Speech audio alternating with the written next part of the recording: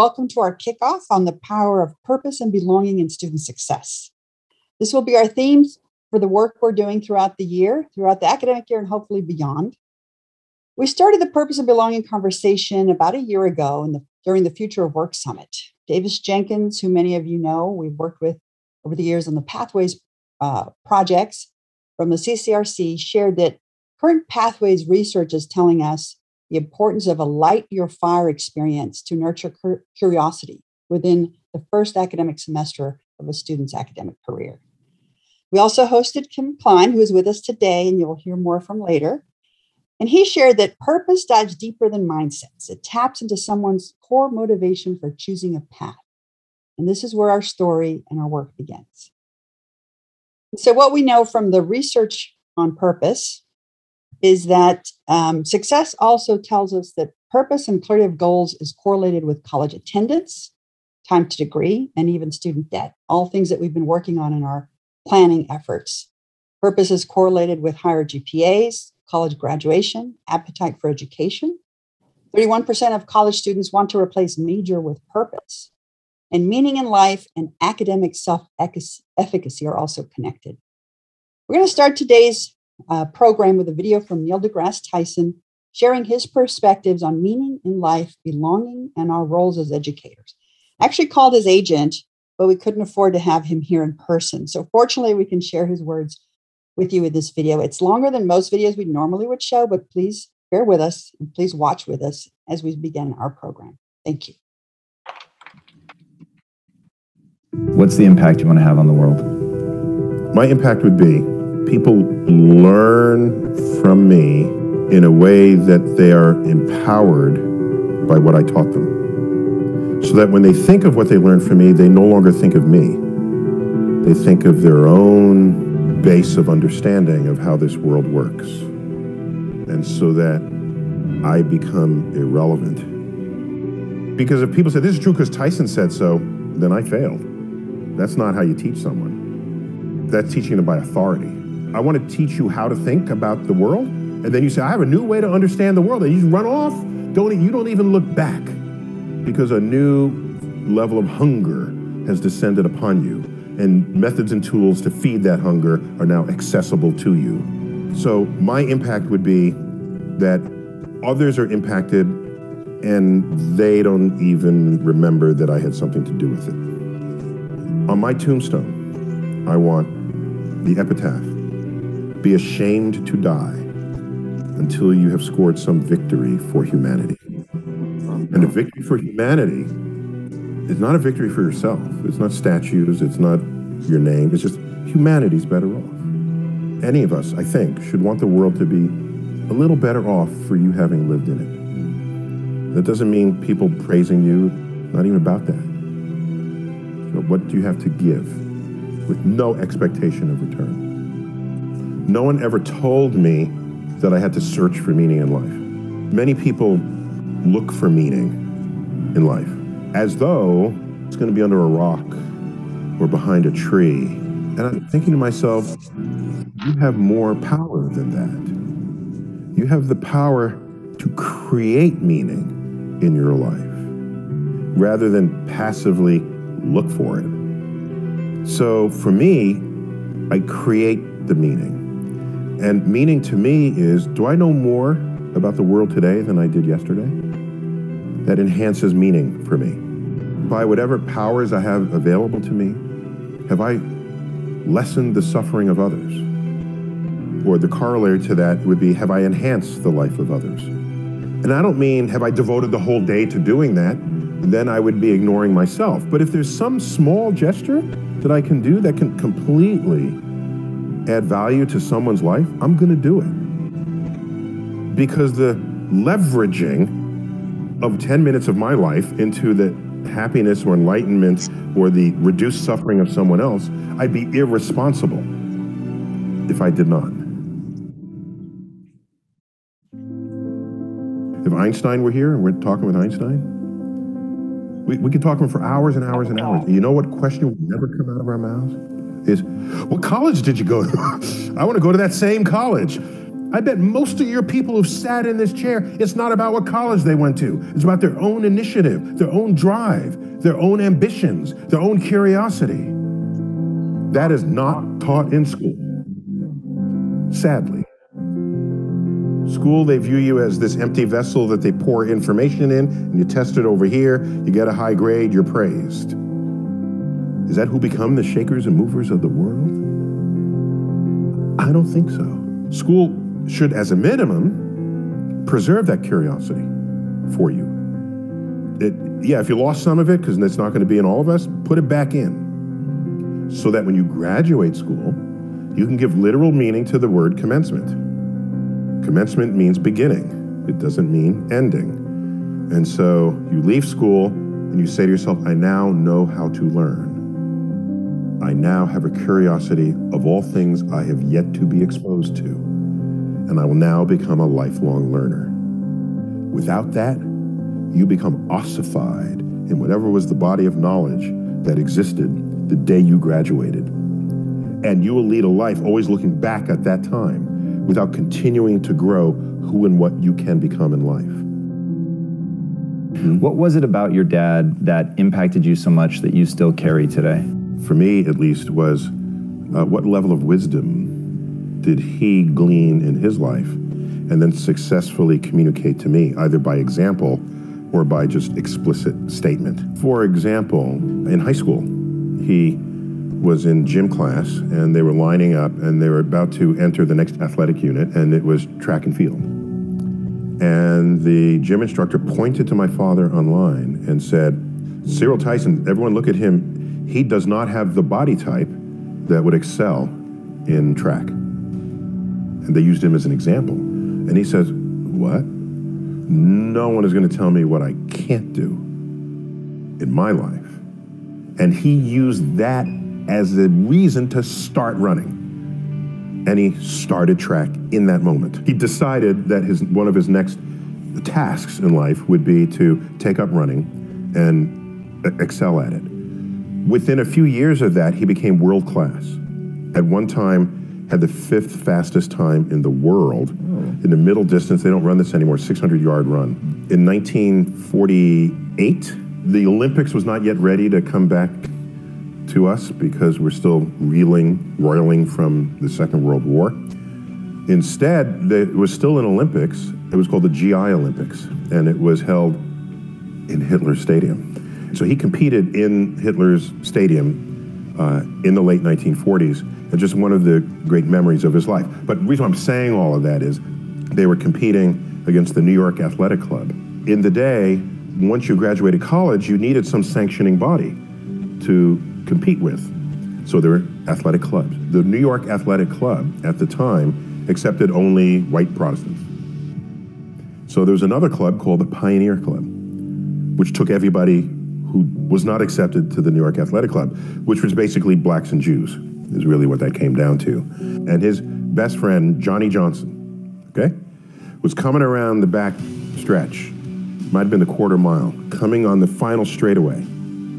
And a runner from the New York Athletic Club is a few paces behind him. And Johnny Johnson overhears that runner's coach say, catch that. And he overheard this. And so what did he say to himself? He said, this is one he ain't gonna catch. And that extended his lead to the finish line. And he tells this story not with any bitter tone. So he never had that kind of tone when he shared those stories with us. It was, here's an occasion to parlay what today might be called a microaggression into a reason to excel even more than you had expected of your own abilities and talents. And so I have taken that lesson with me. I had met Carl Sagan when I was 17. I was applying to colleges. He was at Cornell. I had been accepted at Cornell, but didn't know what college I wanted to go to. And the admissions office saw that I wasn't totally in the moment there. I didn't know this. They had forwarded my application to him for his reaction. I was already deep in the universe since I was 9. And he sent me a letter. He doesn't know me from Adam. I'm a 17-year-old kid from the Bronx. He's a professor of astronomy at Cornell University. And I get this letter and I open it and it says, I understand you like the same stuff I like. Do you want to come visit the campus to help you decide if you want to go to Cornell? It was like, whoa, now he hadn't done Cosmos yet. That's how old I am. But he was already famous. So I took him up on it. I took a bus up to Ithaca, New York. He met me outside his building on a Saturday, invited me up to his office, saw the labs. I'm there in front of him. He did something really cool. He reached back, didn't even look, grabbed a book off the shelf. It was one of his books. I thought that was that was a badass thing. Don't even have to look. That's one of my books. Yep. Okay, here. And he signed it to me. Neil Tyson, future astronomer, signed Carl. Later in the day, I'm ready to go back to New York. It begins to snow, as it does often in December in Ithaca. And he says, here's my home number. If the bus can't get through from the snow, spend the night with my family and go back tomorrow. I'm thinking, who am I? What? I'm nobody. But I was somebody to him. And I said to myself, if I'm ever as remotely famous as he is, I will treat students the way he has treated me. I think we should all get as high grades as you can. But if you don't get the highest grades possible, no one should be standing in judgment of that. If you have some other ambitions that have pathways that don't get encoded in the GPA that other people are referencing.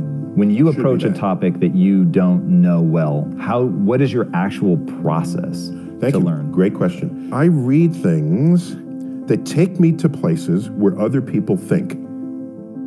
If I'm an educator, I want to know that. Because when you're speaking to me and I have some understanding of you, I can navigate your receptors for learning. I don't have to have you come to where I am. That's not right. I'm the educator, not you. You're the curious person. So I'm going to meet you on your territory. What I do for the public is almost 80+% of it is driven by duty, not by ambition. What gives you the sense of duty? Because I can do something. And if I can do it better than others, and it's for a greater good in society, I would be irresponsible if I did not.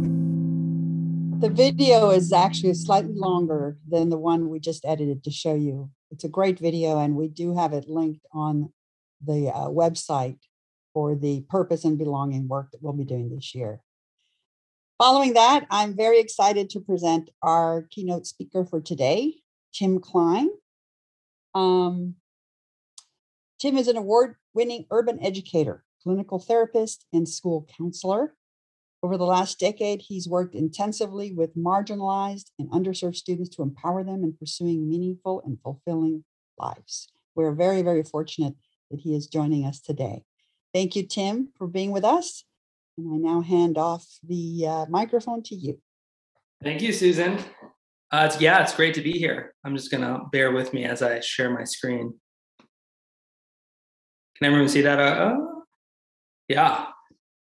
Really, I'm really excited to be here. And I actually just want to thank you, not for having me here, but I really want to set the tone by thanking you for doing the work that you're doing. I just think today is the most tumultuous time we've ever seen in education, and you all are on the front line doing it. And so I think my career, I've worked in high schools, I've worked in nonprofits, I've worked in colleges, I've worked in grad schools. And throughout my career, when I step back and I look at where the economy is going, where the future of work is going, it's very, very clear to me that education is going to play this very underrated and very, very vital role.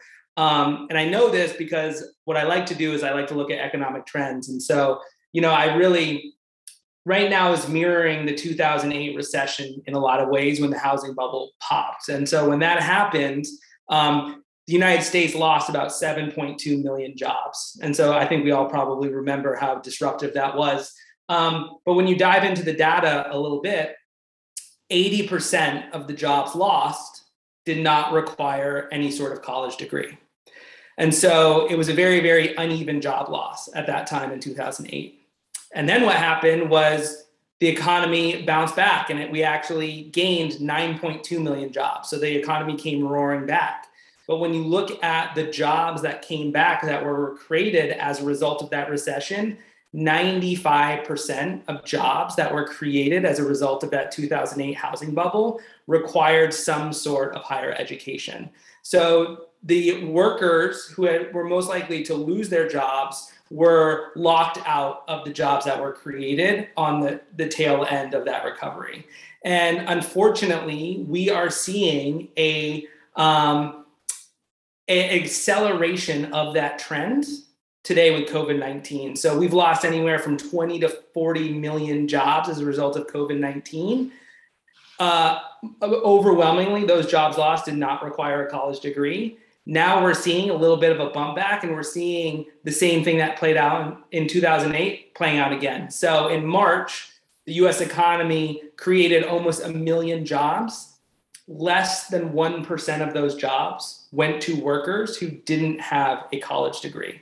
And so I am just incredibly thankful, and I have a ton of gratitude for you all, because I really think you on the front line of higher education are the engine of social mobility that so many of our students need to be able to survive and thrive in the United States moving forward. So I'm just incredibly excited to be here, and I feel very humbled and honored to be collaborating with you all. So with that being said, I just want to take a step back and give you an overview about what to expect from this presentation.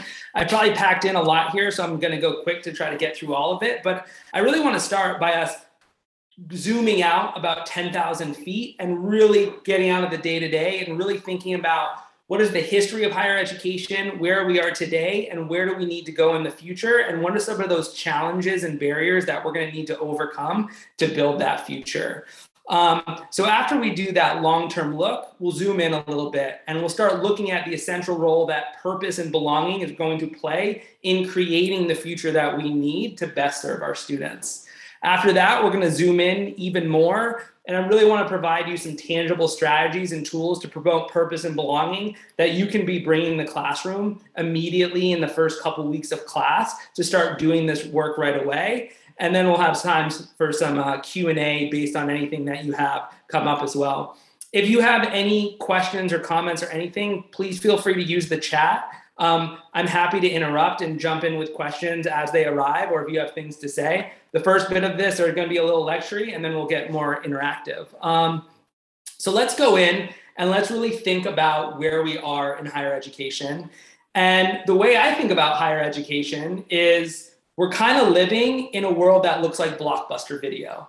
I'm assuming you had Blockbuster video in Texas at the time. I'm actually from a very small town in Vermont, so we didn't have Blockbuster video, but I was very jealous and I really, really wanted one. But, you know, pre-internet days, if we wanted to watch something on TV on the weekend, we would go into Blockbuster. And when we walked through the doors of Blockbuster Video, we would see thousands of different movies available to us, and they'd be categorized by genre. So you'd have your action movies over here, your comedy movies over here, your documentaries, the new releases would be up front. And then within those categories, they would be alphabetized by just the name of the movie. And what you were supposed to do is go into that movie, go into that Blockbuster, and you would browse the aisles. You would pick up a VHS case off of the aisle. You would look at the cover, you would read the back, and you'd use that limited information to decide if you wanted to rent that movie.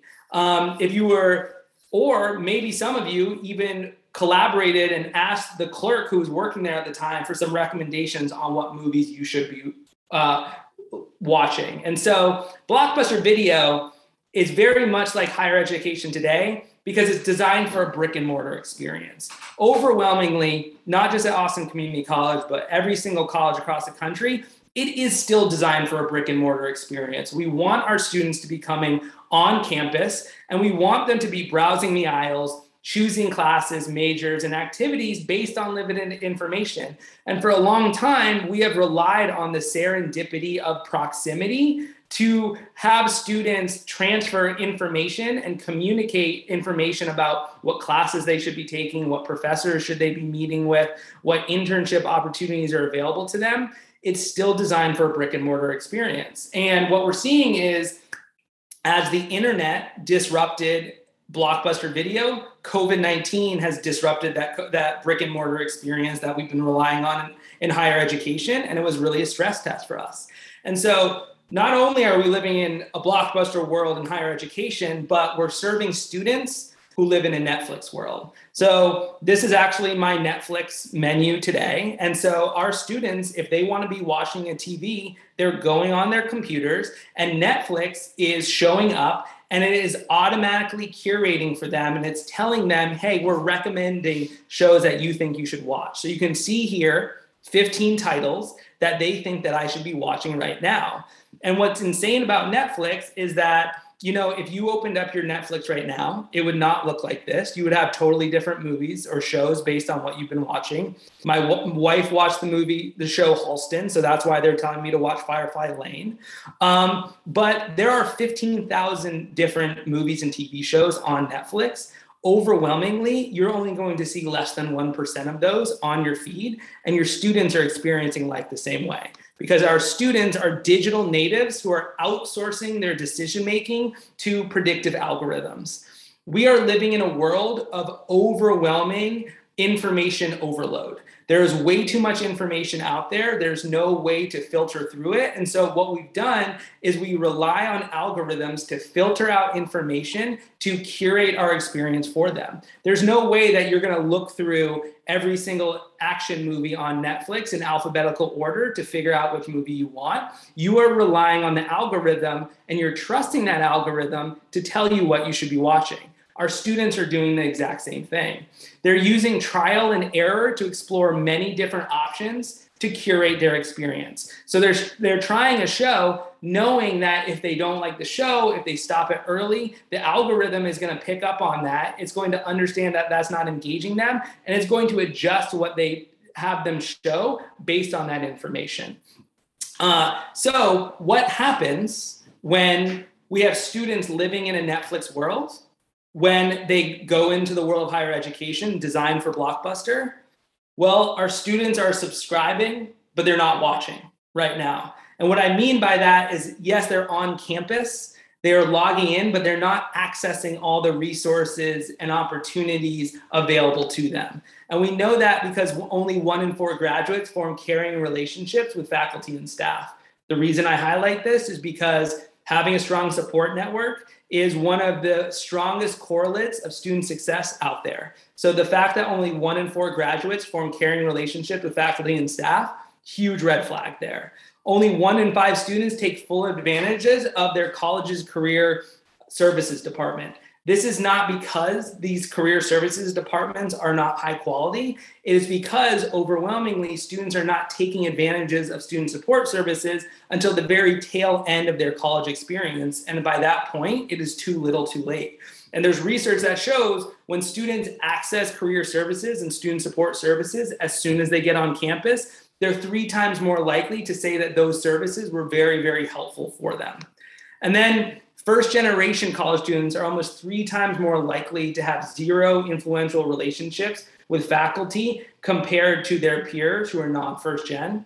And low-income students report fewer relationships with staff, faculty, and peers compared to their high-income students. So this is just painting a picture showing that not only are an overwhelming majority of students not actually taking advantage of all the resources and opportunities available to them, but the students who need those resources most, first-gen, low-income students, are the least likely ones to be accessing those resources. And this is actually not a new phenomenon. This is not actually isolated to higher education.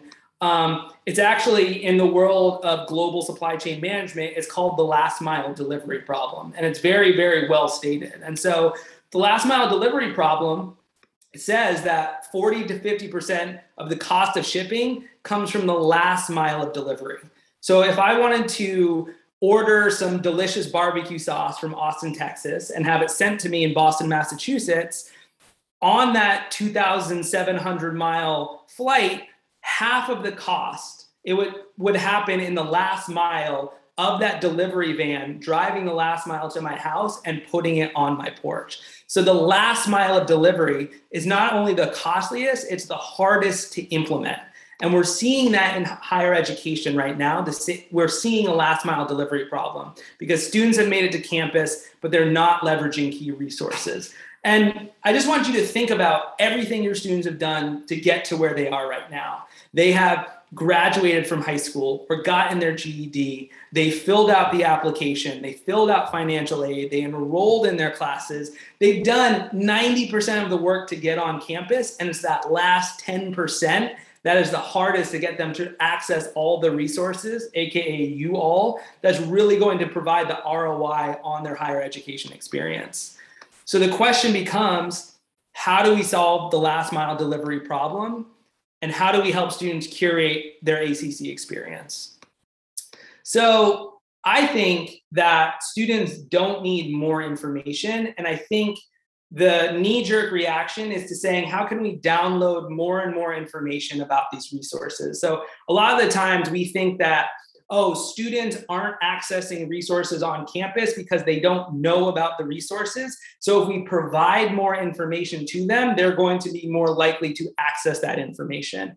And like Neil deGrasse Tyson said on that video, that is this idea that students are empty vessels, and it is our mission to fill that empty vessel with the relevant information they need to be successful. But remember, students are living in a world of information overload, and they're actually actively resisting more information as a way to protect themselves from overwhelm. So what they need is space to understand for themselves, what do they want to do and who do they want to become? And what they need to cultivate is what we call purposeful belonging, which we're going to take a deep dive into, which is at the center of the work that I've been doing as a therapist, as a high school counselor, as a professor at Boston College. So why purpose? Susan had that great statistic on there. So this is a little bit of a spoiler here, but why do we care about purpose? Well, the research makes it very clear. It drives student engagement. And so students with a sense of purpose they're more academically engaged, they get better grades, and they're more likely to graduate. They have lower levels of depression and anxiety, and are more resilient and have stronger relationships with their peers and faculty. And they're 10 times more likely to be thriving in their careers than peers without a sense of purpose. So Gallup and Bates did this very formative research about sense of purpose in career. And when students said they had found purpose in their career, they were 60% of them said they were thriving in their lives. Students who hadn't found purpose in their careers, 6% of them said they were thriving in their lives. In the world of research, that's an astronomical gap right there. But I have all the footnotes for the research at the end of this. So if you're looking for that research to do a little deeper dive, I can share that. High level here, sense of purpose is positively correlated with academic success, mental health, and positive career outcomes. Basically, the triumvirate of success, everything we're looking to do with students. Why belonging?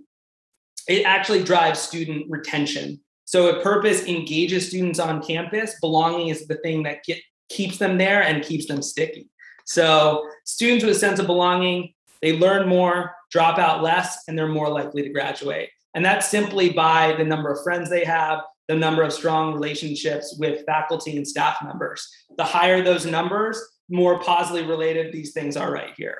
They have lower levels of mental illness. And even when they do suffer from depression, anxiety, or other mental illness, they're more likely to access mental health services on campus than students who don't feel like they belong on campus. And they're much more confident that they're going to graduate with the skills that they need to succeed in their careers. This is a really important stat because only about less than 1 in 3 students feel confident that they're graduating with the skills they need to be successful in their careers. So, probably not a shocker to you all, but cultivating purposeful belonging is easier said than done. So I think you all have had students in your class who had a sense of purpose. They were at ACC for a very specific reason. They knew exactly how doing well at ACC was going to help them reach those goals. And I'm guessing those students were more engaged, they were more resilient, they were more likely to form relationships with you. We know purpose and belonging when we see it. we are very much at the very, very beginning of how do you cultivate purpose and belonging. In fact, the research that I did with my co-author, Dr. Bell Yang, who runs the Purpose Lab at Boston College, we actually conducted one of the first randomized controlled trials that shows that you can actually cultivate purpose in students. So we're at the field in purpose and belonging where we know it when we see it. We know how powerful it is, but there aren't a lot of evidence-based best practices. And how do you actually cultivate purpose and belonging? And there's a reason for that. It's incredibly difficult. And one reason for that is higher education can't, and nor should we, emulate Netflix. So I know some of you sitting there when I was saying how great Netflix is, you're like, are you telling us we should just go all online and just have video on demand to help them find purpose? No, not what I'm saying. It would never work like that because people, believe it or not, already have a purpose when they go to Netflix. They are looking to laugh, or they're looking to cry, or they're looking to escape, or they're looking to be inspired, or they're looking to learn. They are going onto Netflix with a very specific purpose, and they're using that purpose to help them navigate the Netflix algorithm and find something that's going to help them meet that purpose. And ultimately, the biggest difference is an algorithm can't tell us what our purpose is. The most invigorating, inspiring, and challenging, frustrating thing about sense of purpose is purpose can be learned, but purpose cannot be taught. And what I mean by that is I cannot tell you what your purpose is. That has to come from you. It has to come from inside of you. So it is a form of self-education that can't come from an external source, let alone an algorithm. So what is purposeful belonging? Let's just take a step back right now. And I would actually just love to hear from you all in the chat section, if you don't mind. How do you define purpose? What is it? And that can be any definition that you want, but I'd love to see some brave souls in the chat share what they think their definition of purpose is.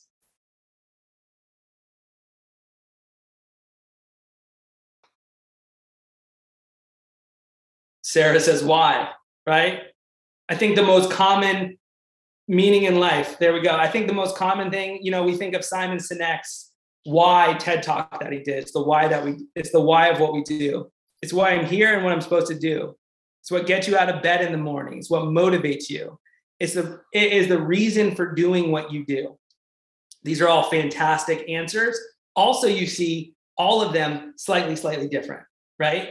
And what I think the beauty of purpose is, what adds value to my life. I love Linda's intent. I love these answers right here because what add values to my life can be my family, it can be my job, it can be a vacation, it can be a cup of coffee. There's a lot of different things that can be there. Sarah says a long-term goal that is personally meaningful. She's getting into the academic definition. The academic definition of purpose is a stable and generalized intention, which is a fancy academic way of saying a long-term goal that's personally meaningful and it also benefits the world beyond the self. So it has to be at the intersection of those two things. Now, how do you define belonging?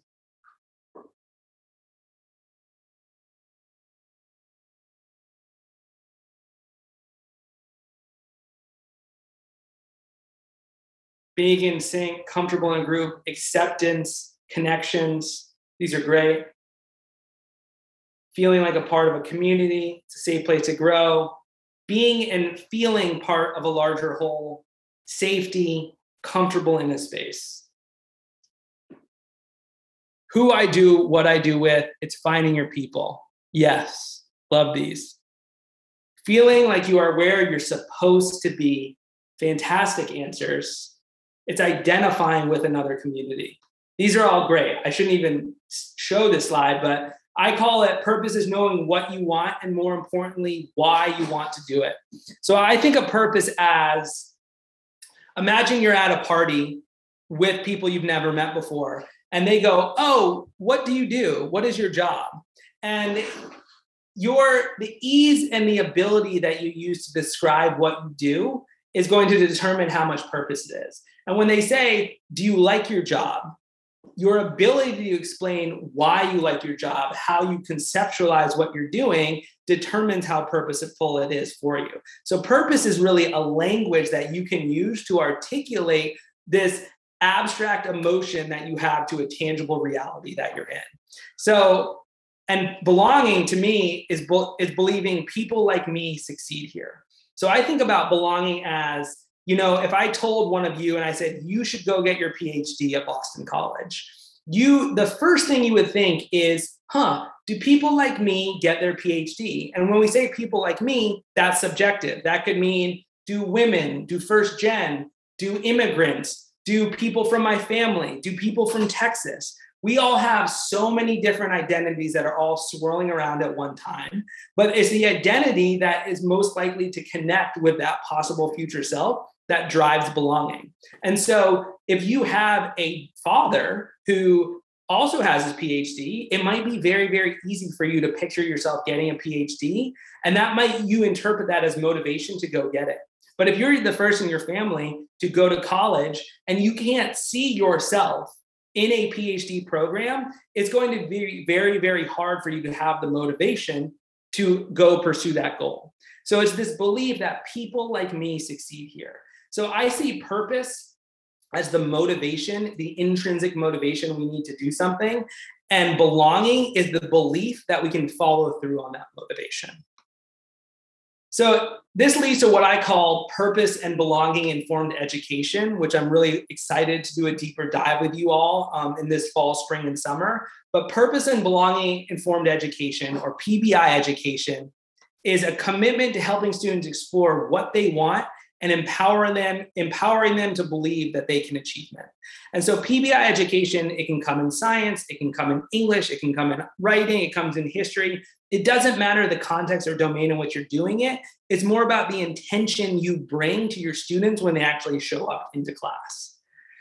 But again, you're going to notice a pattern here. Our school systems are not designed for PBI education. They're not designed for this deep introspection that is going to foster purpose and belonging. So if you're struggling with how to do that, you're not alone here, and you're in larger systems outside yourself that are making this work very, very difficult. And I want to switch metaphors here from watching videos. And I have a 4-year-old and a 2-year-old at home. And so a central challenge of my life is getting them to eat food. And so I think of everything through food metaphors. And I think how we eat is very indicative of the systems that we're in. And so I want to just get you to be thinking about, from your students' perspective, how it can be so hard for them to be finding purpose and belonging at school. So your students, when they go through their K-12 schooling, they're doing it cafeteria style. So when they're in high school, they are literally lining up in a cafeteria. They have their food trays, and they're choosing from very limited options. Do they want the red milk? Do they want the blue milk? Do they want the ham sandwich? Do they want the turkey sandwich? They have very, very limited options in what they can eat. And academically, it's the same. Everyone's taking math, everyone's taking English, everyone's taking history. Yes, they can choose between calculus and geometry, but overwhelmingly, they have very, very few options. Oh, can you still? I think, Susan, you started sharing your screen, maybe? I'm just going to go back and, can everyone see that? Belon, there's a little, Can people still see my screen? is that, yes, I see a slide now with the K-12. Yeah. Yes. So limited options academically, right? They're on very rigid pathways that you can't really alter from at all. And so they haven't had to make a lot of decisions when it comes to K-12 education because those decisions have been made for them. Then they come to college and it's literally buffet style. It is an all-you-can-eat buffet in the cafeterias when they go here. They have literal unlimited options. So they have all of these buffets, and it's entirely up to them to choose what they want to be eating. And students, this is a whiplash that happens to them. They go from not having to make any decisions, and then suddenly they have to make every decision, and they have unlimited choices. And so what we're seeing in the cafeteria is some students haven't heard of half the food that's available to them. Some students are filling up their plates right at the beginning of the buffet, and they're not waiting to see all the other options available to them. Some students don't even know if they're hungry or not. And so this unlimited options, this is what we explored in the Netflix style, where they are not accessing all the food available to them, and they're not accessing all the academic programs available to them. I looked quickly at ACC. You all have over 100 different academic offerings for your students. That is amazing, but it also can be incredibly overwhelming if you don't have a good sense of what you want to do and why. And so what PBI education is, purpose and belonging informed education, is going to curated options. So it's keeping the amount of options that the higher ed buffet style has, but it is modifying it to look more like fine dining. And I think there's a reason that a lot of us probably, when we go out to eat, are not going to all you can eat buffets. We are going, when we go out to eat, and maybe a lot of you haven't been out to eat in a while, but as a reminder, when we go out to eat, we are looking for someone to help curate that. So my question to you all, what makes a great waiter? When you go out to a restaurant and you're sitting down to eat, what does a waiter do to make you feel like you are having an excellent experience there? I'd love to hear about it in the chat.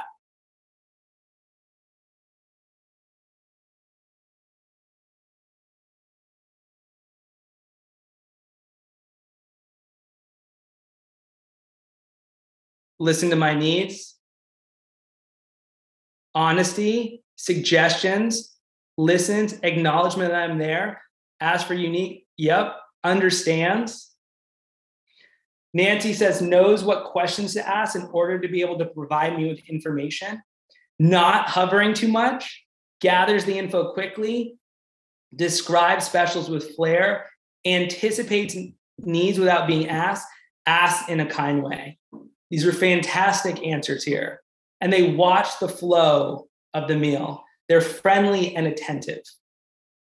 So all of these things, they don't smirk at my ignorance of a menu item. Patricia right there says, that feeling of being able, will this person smirk if I ask what could be conceived of a dumb question? That is actually a belonging question right there. So if you have ignorance of a menu item, what you are actually grappling with is, am I the type of person who belongs in this fancy restaurant? And if you don't feel like you belong in that fancy restaurant, you're much less likely to ask questions of that waiter because you do not want to highlight to them how out of place you are in that restaurant. So these are all amazing answers. And what do? Overwhelmingly, you all said it. They ask questions. They lead with questions. Have you ever been here before? Have you ever come to a restaurant that serves this type of food? Do you have any allergies that we should know about? And they ask these questions. What type of food are you interested in? And they actually listen, right? They said they're attentive. They're asking in a quiet way. They're gathering info. You all said this. So this is what Nancy said. She knows what questions to ask in order to be able to provide me with information.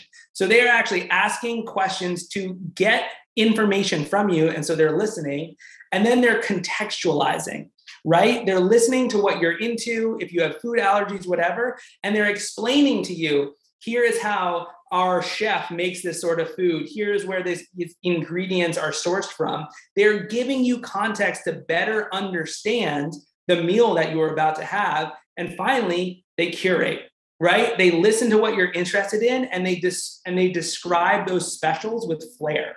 They are based on the information available to you. They are personally recommending meals based on their expertise that they would think that you would like.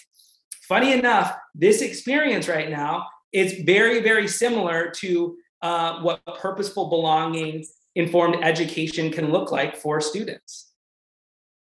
And so this is, as you know, this is extremely hard to do in a traditional environment. And that's because this is not fine dining. It's not set up to be like fine dining. This is an academic establishment.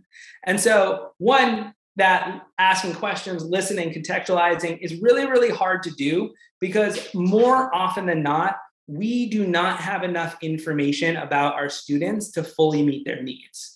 And here's what I mean by that. So when you're about to start classes, I'm about to start classes on Wednesday, you're probably starting next week. When you get your roll call of students, you're going to pull them up on Canvas or whatever learning management system that you get.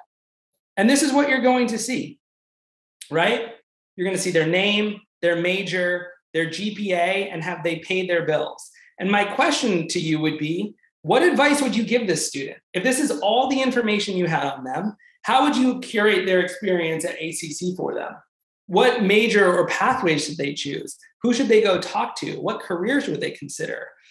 We can give general information, but there's not a lot we can do with this student right here. So a part of purposeful belonging informed education, it is creating an environment where students feel comfortable to open up about themselves so we can get the information we need to better serve them. So question for you is, this is an actual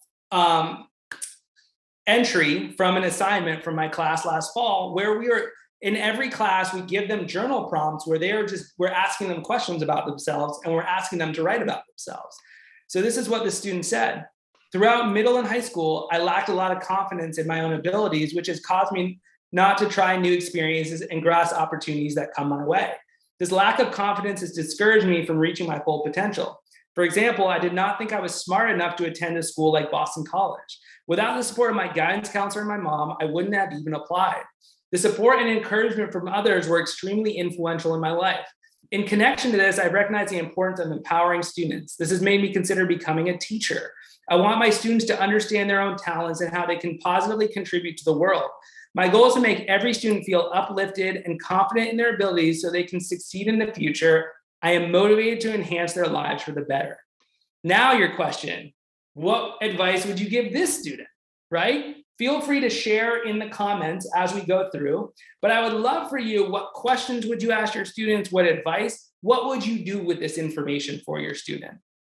A couple of things as you're putting it in there, you see here, I lacked a lot of confidence. Why do you lack confidence? How can we help you to overcome this challenge? You can see lacking a lot of confidence, that's belonging uncertainty. So what is driving that belonging uncertainty that they might have? Without the support of my guidance counselor and my mom.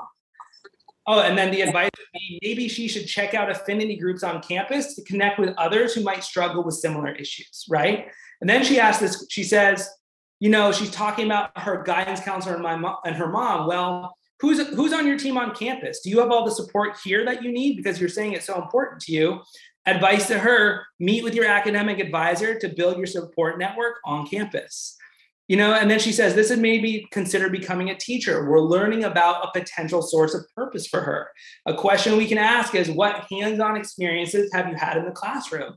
She's considering being an educator. Has she actually ever done classroom management or done a lesson plan? How much hands-on experience does she have? If not, she should meet with career services to see what education internship and work study opportunities are available to her. And finally, she talks about her goal to make every student feel uplifted and confident in their abilities so they can succeed in the future.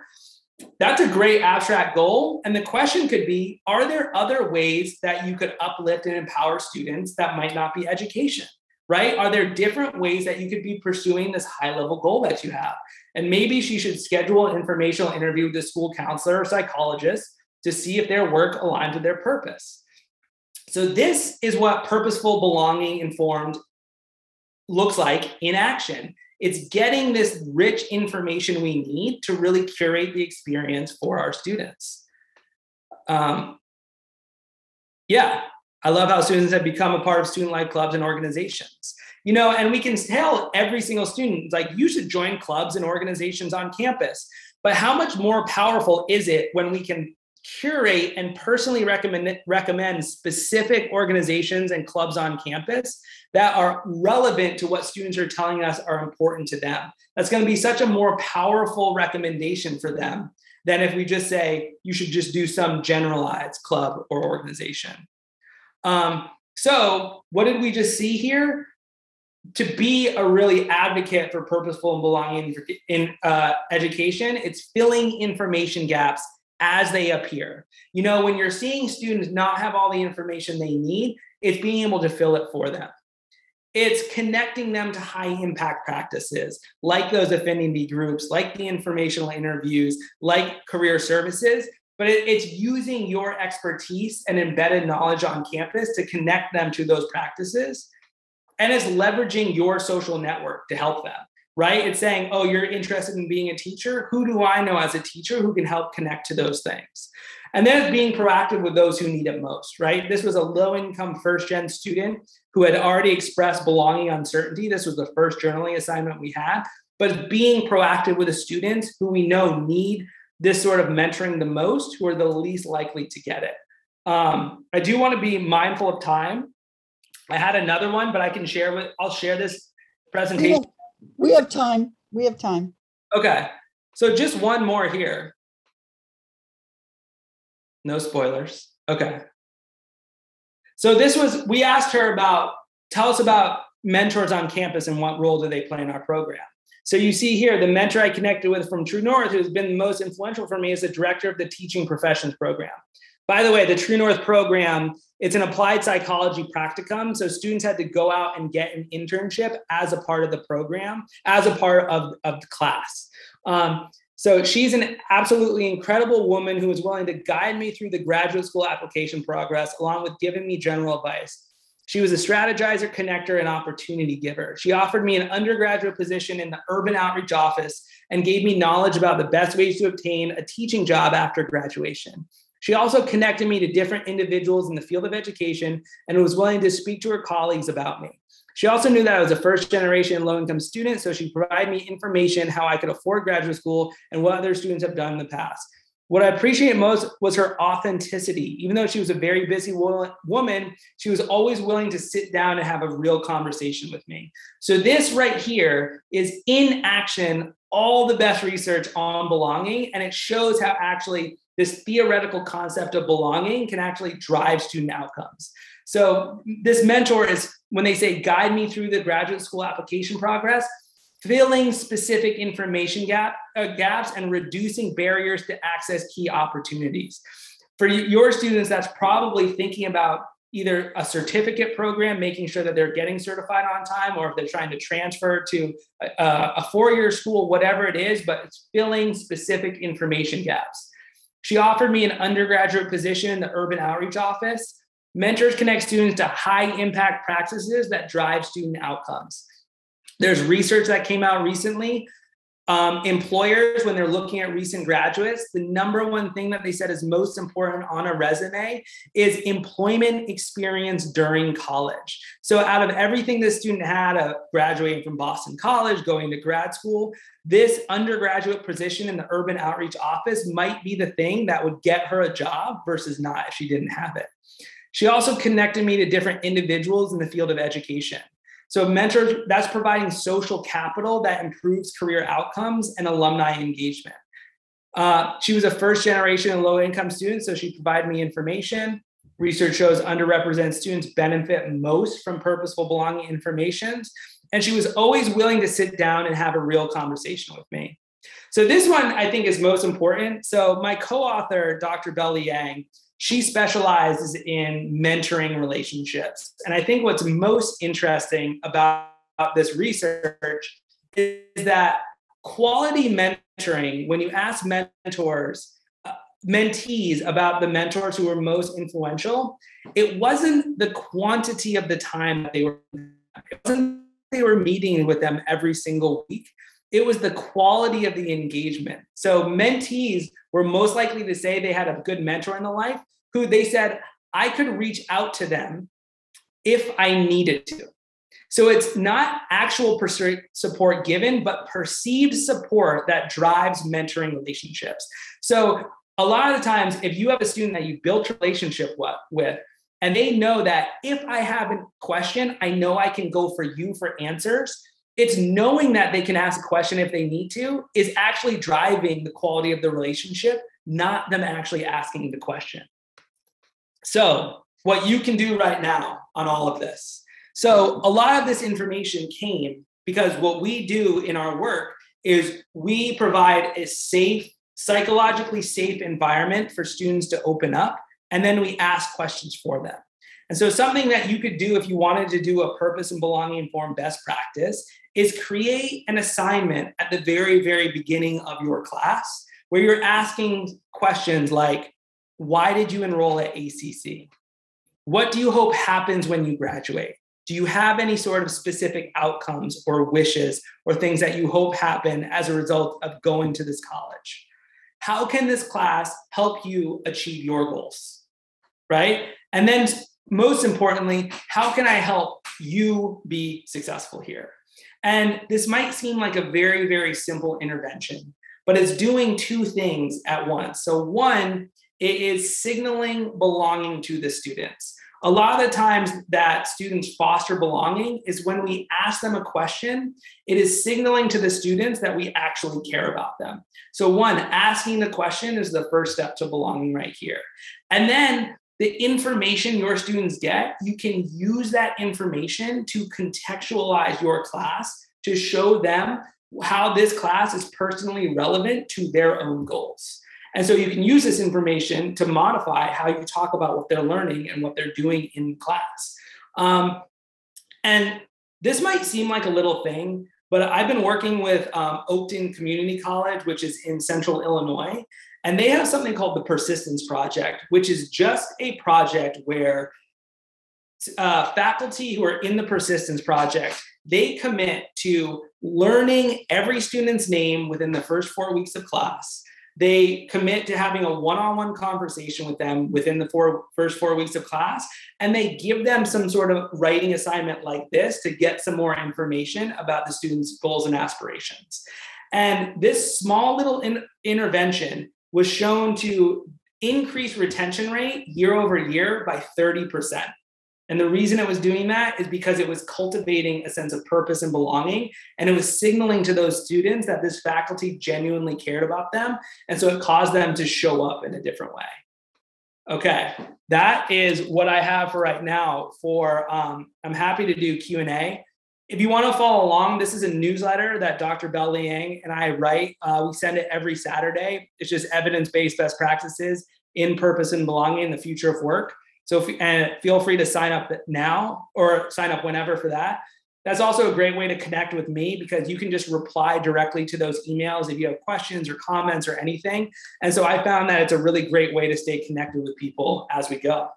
But with that being said, thank you so much, Tim. That was amazing. That was great. And we have time for a couple of questions before we go into the next part of our program. So if anyone has a question for Tim, can put it in the chat, and we'll answer in that way.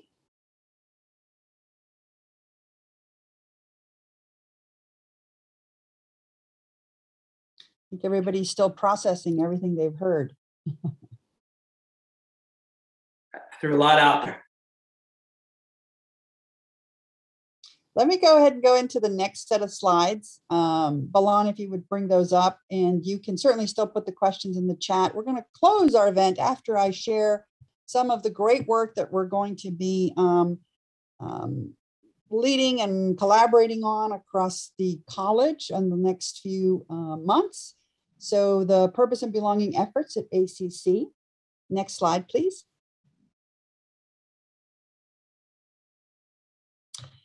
First of all, we have a web page, austincc.edu/purpose, where we're going to collect not just what we're doing in TLED, but also what others around the college are doing towards this effort. We're working on a variety of things, including a collection of the research. You may have gotten our calendar. Tim, we're going to send you a copy of our Purpose and Belonging calendar. And we're going to be doing podcasts of our speaker series that we will be hosting at least once a month, potentially more than once a month. Next slide, please. Our General Assembly theme is where this was sort of officially sanctioned. Dr. Rhodes and Dr. Cook heard our proposal to focus on this work, and we're very excited about the Light Your Fire theme around purpose and belonging. We're also going to be partnering with Tim on offering purpose and belonging informed educator training. So that will be coming over the next year. And we will work with both student affairs and academic affairs and others even around the college to bring that training and those opportunities to the college collectively. We also are doing a significant faculty evaluation redesign, and we have several of the faculty that are working on that project here with us today who will in the future share more about how they're integrating these concepts into that work. We will have a speaker series. We've reached out to actually the Stanford Belonging Project. There's also some work being done at MIT and Cornell. And so we're going to be reaching out to them and connecting all the speakers with Tim to bring you not just the research, but some of the efforts at other institutions around the country around similar work. Next slide, please. In development is a service academy. Let's go with the service academy bullet first. That will be launching in January. We understand that service is also a big part of purpose. We will be looking at teaching and learning centers or spaces around the college that we will be working on renovating and developing, an innovation incubator, and a retiree association and a professor emeritus proposal.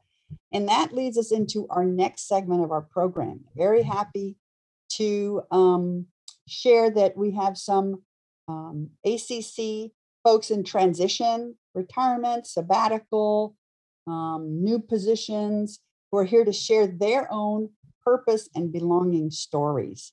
So we can take the slides down, and I'm going to be calling on some of these amazing, wonderful colleagues of ours who are with us today, who are going to share with you as they transition into new spaces and new adventures, their purpose and belonging story. And I'm going to begin with Gail Spear. So Gail, please let us know more about your purpose and belonging story. Good afternoon, everybody. Tim, thank you. I'm an early childhood educator, so you know everything you said was right up my alley. And so I'm excited. So after I finish, I wanted to share something about my growing up years. My parents gave me two consistent messages throughout my childhood. The first was to do good with my life, and the second was that graduating from university was not optional. I had to graduate. These messages instilled in me purpose to do good and to achieve the education that would allow me to do that good. After I finished my undergraduate degree, I admit to spending a couple of years exploring my purpose as a true child of the 60s. I ended up deciding I wanted to be a psychiatrist. I was completing the science courses I needed when I got pregnant. It was 1973. There was no infant care, the impact of which was felt mostly by women and children, and consequently me. This further sparked one of my deepest purposes in life, the pursuit of social justice. In preparation for parenting, I read the work of Maria Montessori and knew that was it for me. The fire was lit. I wanted to be a teacher of young children, providing preventative measures for them to have great lives rather than later intervention through psychiatry. The more I learned about the socio-political implications of insufficient quality early childhood education programs and the really incredible sacrifices child care teachers made to provide those, the more purpose I had. I loved being in a classroom with young children, learning with them and delighting with them in what they were learning. And then in 1979, I taught adjunct at ACC, and I knew it was where I belonged. I knew because of the mission of ACC and the wonderful early childhood students I had along the way. About 12 years ago, I collaborated with students, colleagues, and administrators for student success, which I want to define how we're defining in the new Department Chair Academy, which is achieving purpose. Let me find my notes here because I want to get it right. Persistence, completion, and yes, that was it. I've lost my space. Give me a second. 4 years ago, my passion for teaching and learning grew to include learning with and delighting in teachers, and I feel with my colleagues and fellow faculty. I feel like I've come full circle back to my purpose as a child to encourage others to do good with their life through education and the ability that it gives you to do good. So tomorrow is my last day after 41 years at ACC, and I still feel like I belong here. And at the risk of sounding like a Pollyanna, I am really thankful to be able to say I still am filled with the same passion and the same sense of purpose. That was so beautiful and so timely. And the best thing is that I know that you're going to be back because of that purpose and that drive. So thank you, Gail, for sharing that with us. Dr. Cook, I'm going to have you go next as the other retiree of the group to share purpose and belonging. Thanks, Susie, and thanks so much for organizing this event. And thanks, Tim, for your outstanding presentation. I can't think of a more timely and important topic than sense of purpose and belonging. We've all gone through such a difficult 24 months or so, or however long it's been, 18 months, I guess. In terms of the pandemic, it has totally disrupted all of our lives. And, disruption is sometimes has some good things. It offers an opportunity for re-examination and renewal and reinvention, as the case may be. I think finding your sense of purpose, cultivating your sense of purpose is important, not only for our students, it's important for all of us. No matter what our positions are, no matter what our stations are, we all have to have that sense of purpose for our own emotional stability, to provide us that buffer against the daily challenges that we all face. And like our speakers have said, it's not something that you can find externally. It's something you need to develop and cultivate from within. Tim offered us a lot of great advice. I want to also note that it's very much in keeping with our Guided Pathways philosophy. We offer students 100 programs, but remember, they're divided into 10 areas of study. We're not asking students to make a choice among unlimited options. We're saying choose an area and then take the student success course in which you can have the time to really examine yourself, find your sense of purpose, find what you really love and what you want to do. I loved his assignment that he shared that you could do in any class so that you can get to connect with your students personally and find out their individual sense of purpose.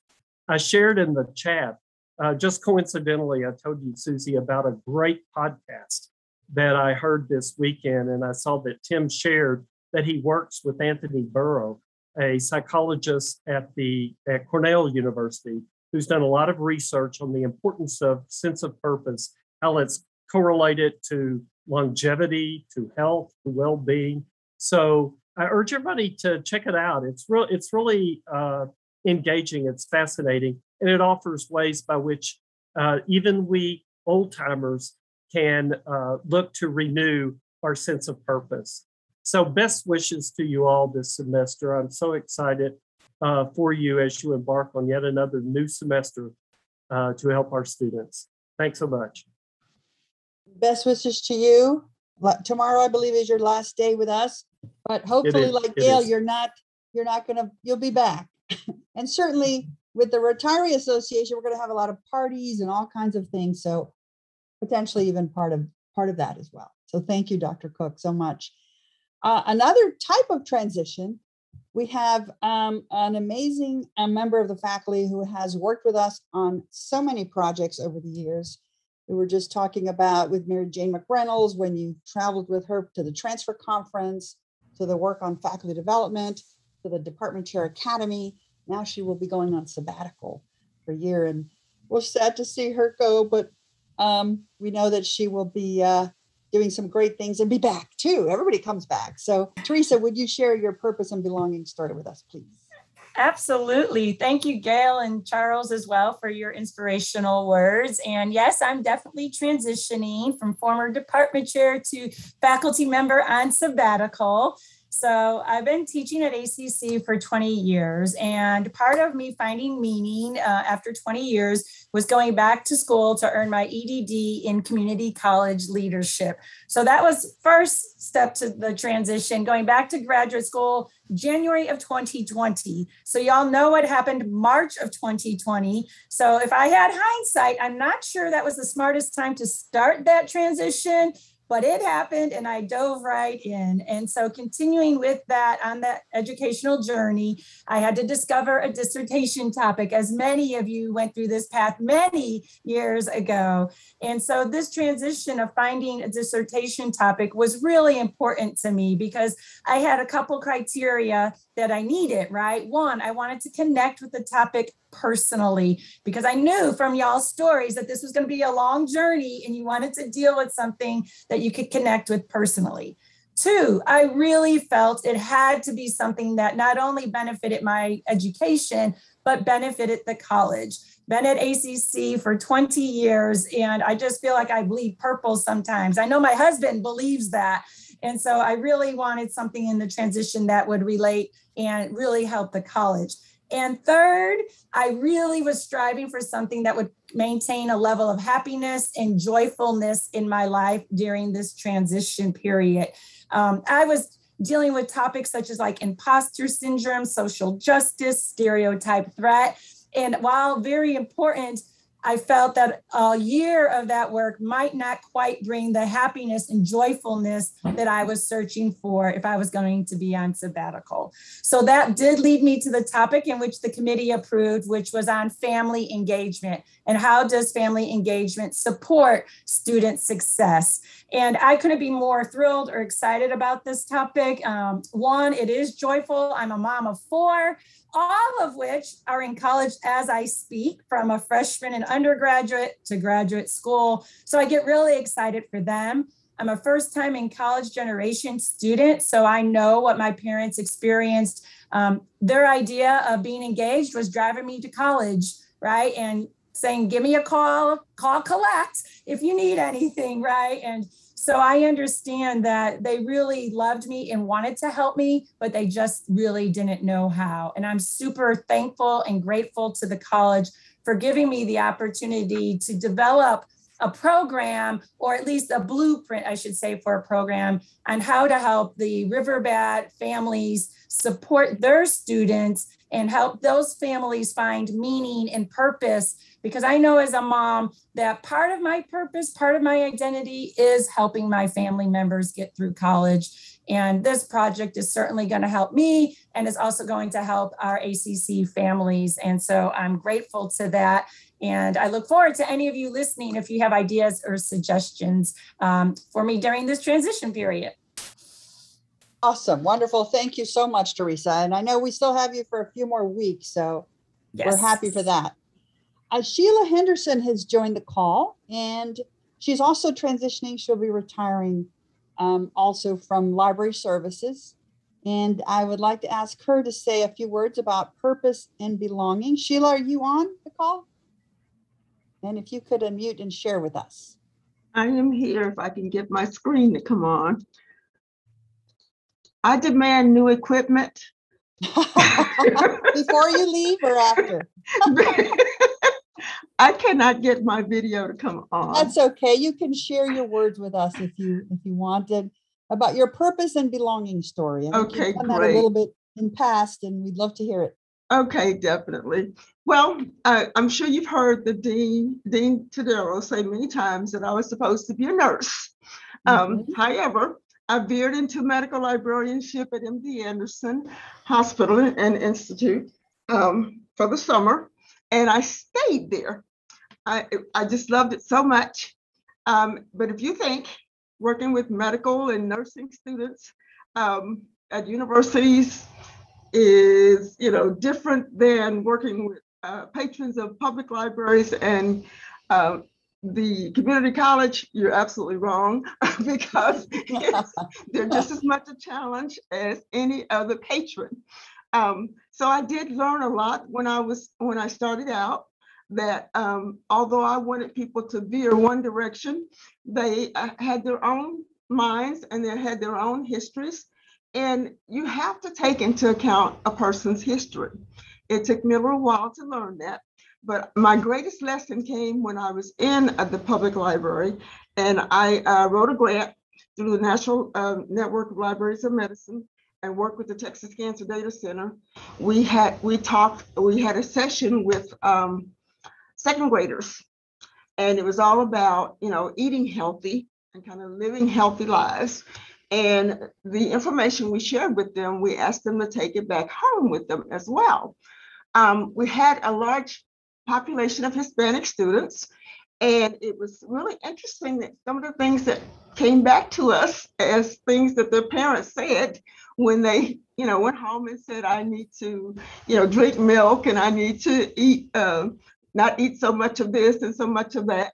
So I learned from those students that, although I may have expectations of what people should do and how they should live, everybody's different, and we have to meet them where they are. And then if we want to make a change, then we have to have something that will entice them to want to make that change. Mm-hmm. I've definitely learned that at library services, because we have students that come here from all walks of life. In fact, one student was my next door neighbor's son. That person is a doctor, and he said he needed his son to start at Austin Community College, and he did. So we can expect that we're going to see certain things from someone who's had that exposure to having a father such as that, a mother who has done all kinds of wonderful things. But I had to accept him where he was and work with him in the library where he was. And it was only being a teenager, I think, but he eventually came out of it and has done a great job, a really great job. He's gone on to higher education and all of that. And so it makes me feel that I've contributed to his growth. And when we provide, information literacy, when we work with the students and help them understand that not only can we help them, but we can also help their parents, their children, their friends. Everybody comes in the package when they come to the library. And so I just want to say that I have enjoyed being what I am and teaching others, helping others develop their lifelong learning skills, knowing full well that those skills do change as the years go by. And so we as librarians have to keep up our skills as well. And I serve my family and friends the same way. I don't let them just assume that the library is what the library was, when they were there. So Dr. Thompson, what I have to say, what I say to you, what I want to convey is what I have just communicated, excuse me, sinus started draining, pertains to purposefulness that has driven me in this field and wherever I have been planted. I have on my signature, on my personal signature, bloom where you're planted. And that's what I've tried to do. And I've enjoyed, blooming here. Let me just put it that way. So thank you for all the things that you have done and worked with me. I've had a great time here, and I will miss ACC. Thank you so much, Sheila. That was beautiful. And as Neil deGrasse Tyson also mentioned, we want to meet students where they are, right? And yes, we do. That is a beautiful story of purpose and belonging. And now, rounding out our speakers is Jeff Johanigman, who has been a powerful force in our faculty development work over the years. Big shoes to fill when he leaves for a new position. And so, Jeff, could you please share your purpose and belonging story with us? Before I start, I want to say, speaking as a Cornell grad myself, I'm jealous that Carl Sagan did not invite me to come to his house. I'm just jealous about that. But my purpose and belonging at ACC actually began about 3 years before I became an employee at ACC. And that is when Christina Matura, who used to be in charge of our faculty development, invited me as a leadership trainer to do a one-day workshop every year for ACC's Leadership Academy. And I thought the opportunity to do that was so amazing that I jumped at the chance. And Christina also made me really feel like I belonged as part of her team, even though as an outside contractor, she got me this shirt, which said ACC Leadership Academy presenter. So that really made me feel like I was part of her team, part of it all. So it wasn't until 3 years later that there was actually an opening on her team, and she invited me to interview and invited me to become part of it. And even though it was transitioning out of a job in private industry and a pay cut, I just jumped at the chance to work with Christina and to get a chance to be a part of running ACC's Leadership Academy. A couple years later, as life changes, as life happens, Christina moved on to a new role at the Eastview campus, and the Leadership Academy moved into a different department. And for a while, I was feeling a little lost. And then a miracle happened. And Michelle Costanza came in and stepped in some very big shoes and filled those and gave me a rekindled sense of purpose and belonging. That she really was amazing at building our team, supporting our team, getting to care about us not just as team members, but as individuals with full lives, and caring about how we were doing in everything in our lives. And gave me ownership of several key projects, our awards program, Spring Development Day, Summer Software Day, and put me onto the teams for the Teaching and Learning Academy, and then ultimately planning our Department Chair Academy. And that sense of ownership renewed my sense of purpose here and belonging. And I could not have asked to be part of it. It's been one of the best teams I've ever gotten a chance to work with. So if you know Chelsea and I are Tigger and Eeyore. We've become the best of friends over the last 5 years, and it's been one of the most absolutely amazing teams to be a part of. So I every few years, I think it's worth reevaluating and renewing where you are called. And I got an opportunity to go work for a company called Social Solutions, which serves the nonprofit sector, and be their first talent development trainer in helping all of their employees develop their unique skills and their leadership. And so that's where I feel my sense of purpose and belonging is calling me now. But I could not have asked for a better couple of managers than Christina and Michelle, and a better team to be a part of than our faculty development team. It's been wonderful over 5 years. Thank you so much, Jeff. Appreciate that very much. And I know you will be missed, but as I said to everyone here, everybody hopefully just comes back.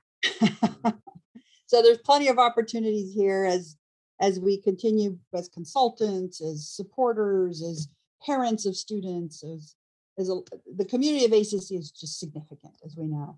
And we hope that as we continue this work, that it spreads throughout the college. We will be sharing with you more information via email.